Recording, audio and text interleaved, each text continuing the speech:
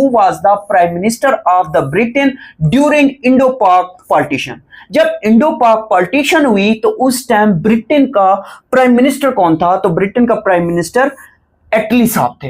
अब क्वेश्चन ये भी बनता है कि एटली से पहले कौन थे? एटली से पहले चर्चिल थे और एटली के बाद भी चर्चिल प्राइम मिनिस्टर बनते हैं। अब यहां पे फिर क्वेश्चन ये बनता है कि एटली साहब की अगर बात करें पार्टी की, तो इनका ताल्लुक कौन सी पार्टी से था? तो इनका ताल्लुक लेबर पार्टी से था।